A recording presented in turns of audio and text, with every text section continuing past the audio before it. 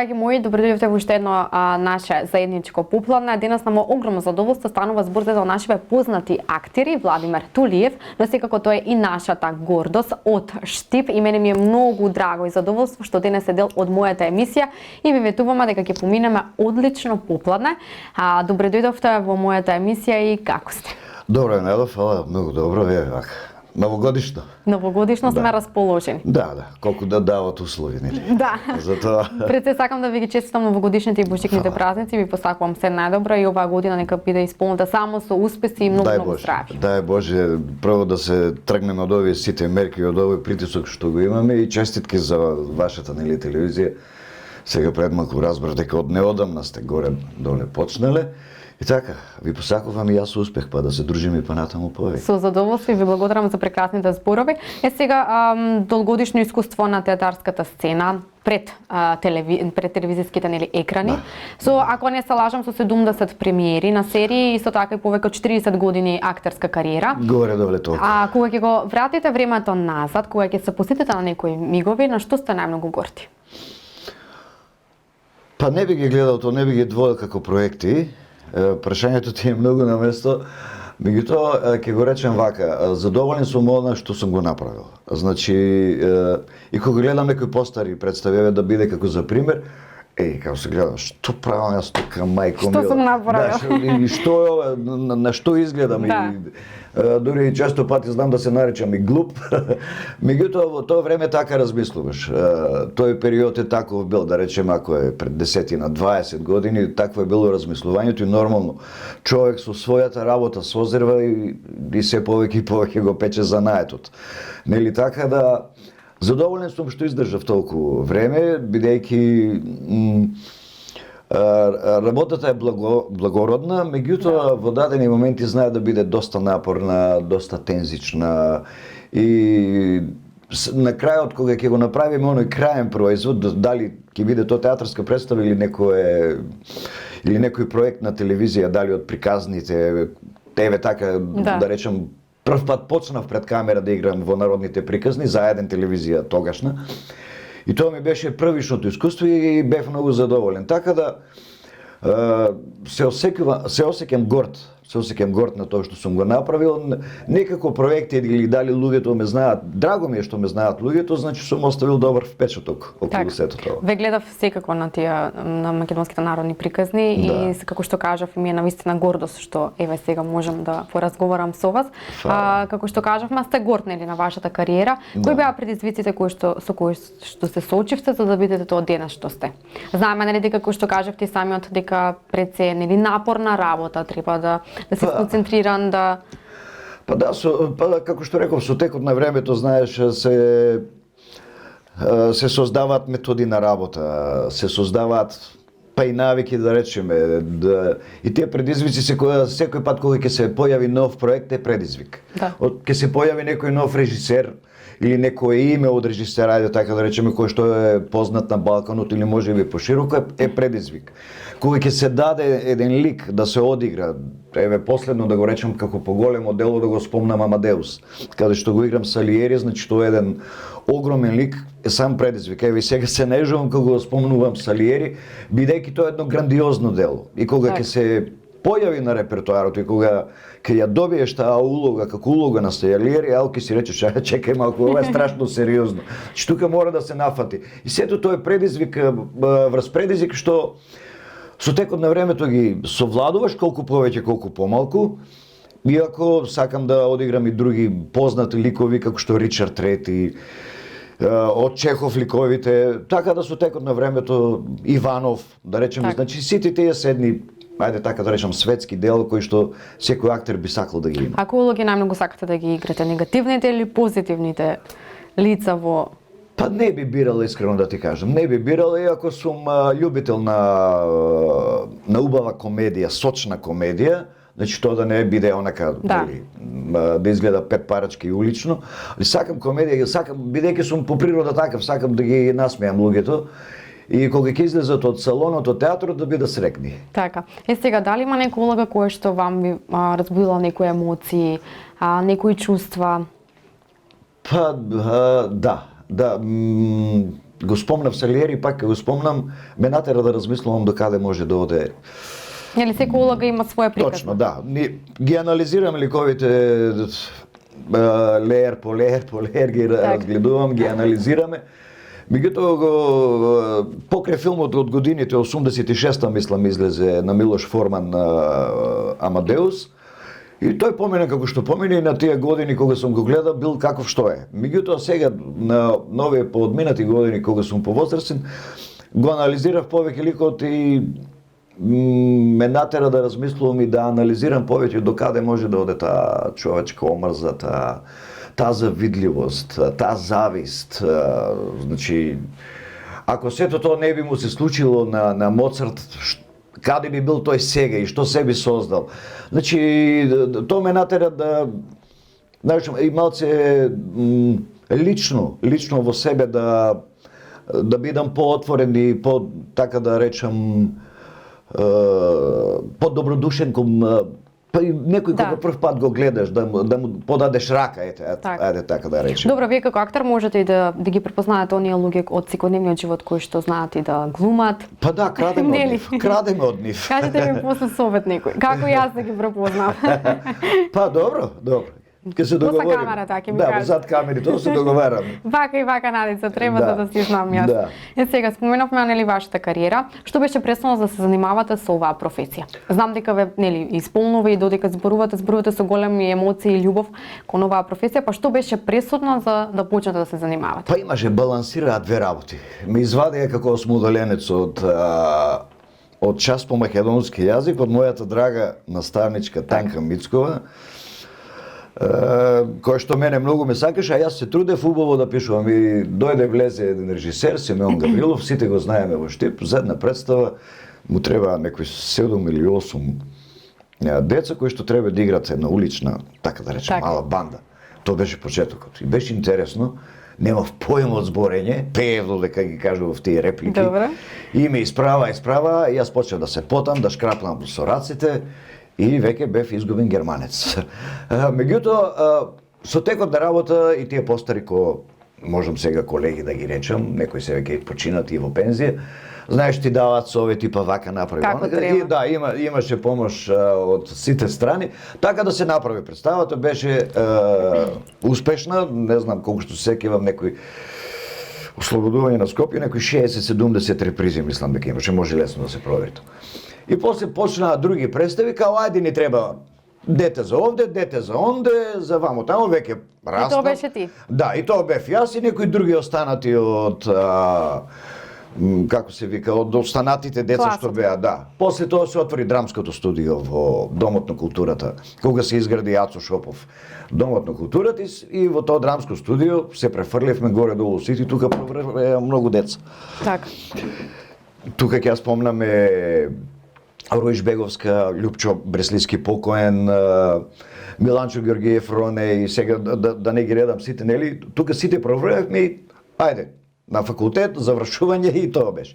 Се тука кај мене малку вагаше, јас се бавев едно време со туризам, доста патував по концерти, бидејќи Југославија некако беше затворена од таа страна.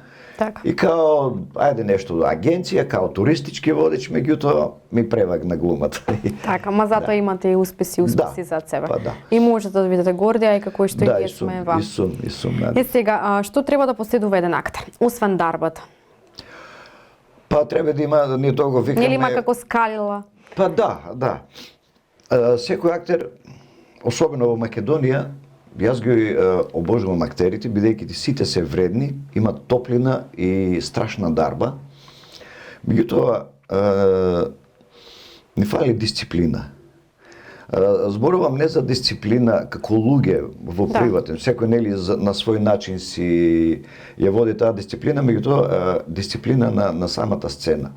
Честопати знаеме да бидеме, како да речем, приватни, развлечени, малку мрзеливи, евентуално, бидејќи ова го кажувам од причина што имам работено и со странски режисери, па и да речеме од Бугарија, кои што доаѓали работели во театарот, меѓутоа тие се руска школа, имаат страшна дисциплина и тие закажуваат проби са бајле во 8, Ние спиеме уште во 8, нели? Вие ги сонувате сцените тогаш. Да. И ние уште спиеме и кога ќе додат тие во 8 часот, значи ти бараат од одредена сцена или она што е работено на сцена како мезансцен, ти го бараат да го работиш стотка. Ние тоа не го правиме горе-долу никој. Да. Секоја чест на останатите актери и колеги ги има такви, постојат во Македонија кои што се тотално оддадени на тоа, меѓутоа еве така генерално да речам ни фали таа дисциплина на сцената. Па се надеваме дека ќе се подобри. Зборувам за време на подготовки на представи. Значи кога веќе ќе се излезе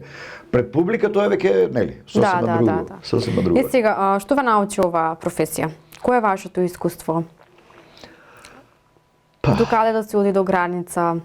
Нема граници. Граници нема, меѓутоа некако се запознаваш себе си, нели, со секоја дадена улога.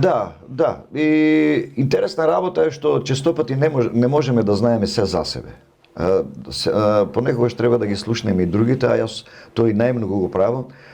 Можеби некому делува скромно, меѓутоа јас не сакам да зборувам за себе и не знам што би кажал за себе, бидејќи не сум тип на човек кој што се фали да зборува само за себе, јас. Не, јас нека кажа другите. Значи добар, лош, окей. Го прифаќам и тоа.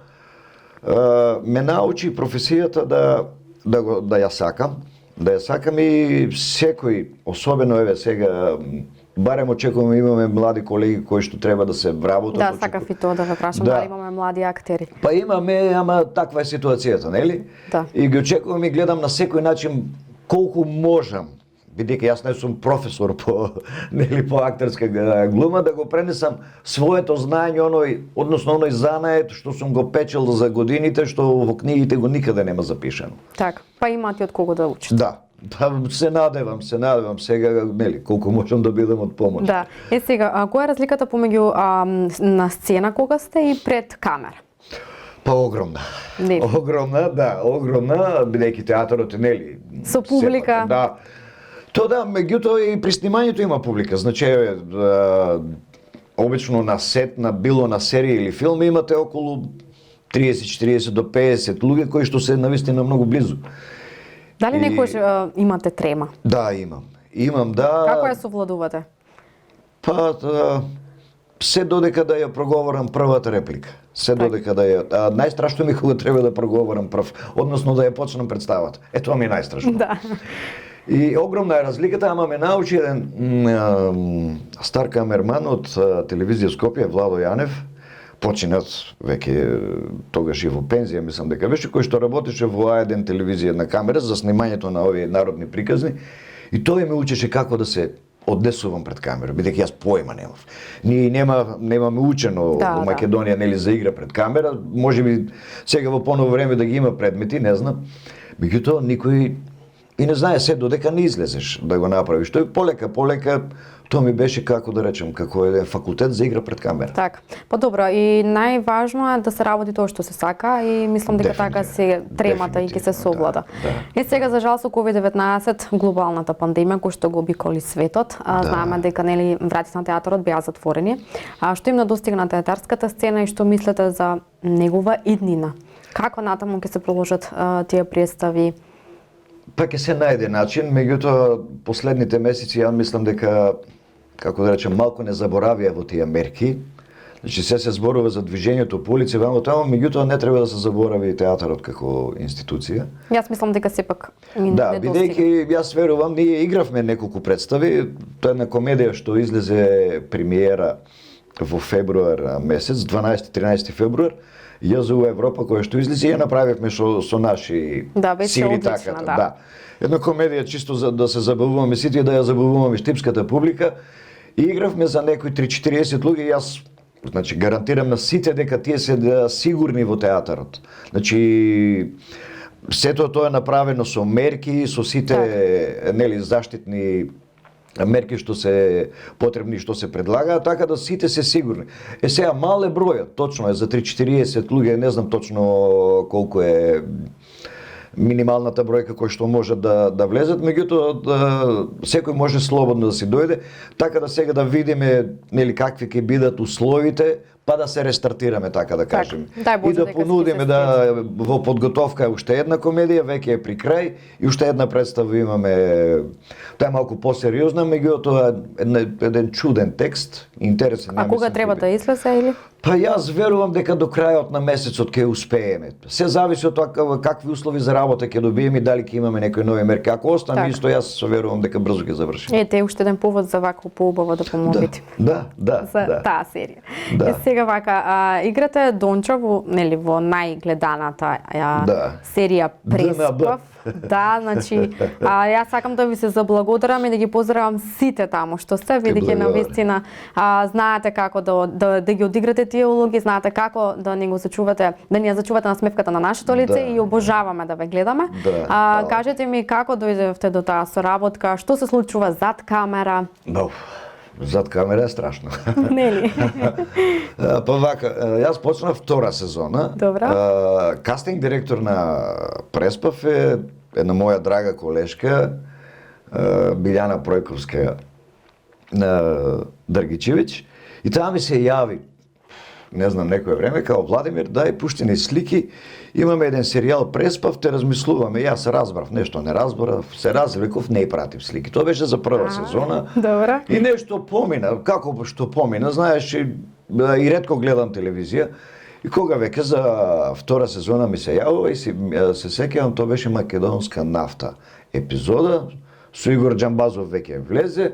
Као тука беше многу интересно. Сценариото беше напишано на тој дијалект охридско-преспански, како сакате наречено, и за мене беше еден предизвик да јас од Штип зборувам на тој дијалект. И така почнав. Значи, тоа беа 2 епизоди и првата, мислам дека прва сцена ми беше со Јелена Јованова Перч, нашата сограѓанка и драга колешка. И таа нешто ми зборуваше на англиски, као некои гости требало да дојдат од Англија лево десно. И ми се представува као Джелејна и мене моментално ми паѓа, нели кога некој ти се обрке на странски јазик и ја викам Дончо. И тоа беше смење, ови од камери што беа, со 3 камери се снима. И сите овие што стоја на камерите почнаа да бегат и да се смеат. И режисерот нормално се изнервира, стојте, снимајте луѓе. Че секој пат тоа, како да кажам, природно тоа е најсочно. После го веќе глумиме. И така влегов, се прошири ликот. Трета сезона веќе добив повеќе епизоди, така да веќе од четврта сезона веќе ме стави во тај редовен кастинг, што ми е баш гордо. Интересно, убаво. Да, бидејќи види те се ќе ги спомнаме, јас се појавив како епизодист, а веќе тие се уиграна екипа. Прва сезона беше 40 епизоди, што е нели еден период да се сработи тоа е доста тешко. И покрај нели колку да е забавно, меѓутоа колку да е луѓе сме, знае да ни падне и тонус и кондиција и се. Меѓутоа убаво ме прифатија целата екипа. Верувај ми, времето кога не сме пред камери, односно кога не сме на сет, е постојано со шеги, смеи, вицови, така да функционирате како една семеја. Да, буквално. А колку време снимате? Колку часови се? Часови дневно е цел ден. Значи зависи кој по диспозиција ќе од вечер го добиваме текстот, претходно е прочитан. Ова година го читавме онлайн. Вечерта го учиме, меѓутоа уморен си, не можеш да го учиш текстот на вечер, па обично се станува наутро. Дали некојаш се случува да се заборави текстот со некој твој збор да кажеш? Да, дефинитивно. Види, го размислувам ликот. Потоа имаме разговори со режисер. Значи да видиме како ќе го градиме, дали оваа сезона нешто ќе се промине, како да го надградиме. И во тие разговори веќе размислуваш, но тоа е нормално кога ќе го добием текстот, јас го гледам од моја страна, од ликот на Дончо, дали е тоа негов речник или не е. Така да имам слобода да си ги преправам некои работи, нормално на говорот мој. Која е улогата на Дончо? Улогата на Дончо е вака. Јас го гледам како мудроста на народот. Тој нема академска интелектуална интелигенција, меѓутоа е многу мудар човек. И тука се движи околу овие сплетки, интриги, така да ги наречам, околу луѓето. И си, можеби, ајде да речем дрско да кажам, си тражи забава, меѓутоа И си кјути. да, си го убива времето на свој начин, ако може да има некој рајкивче со миле, нешто го подјадува миле и така. Се подбива со него на секој може начин, вака или онака. Еден македонски човек, еве така да речем. Така. Од секојдневието. Јас сакам поздравите ги сите, значи цела екипа. Дефинитивно да, веќе во група уште по завршување на емисија ќе им пишам. Да, најмногу Васил Зафирче.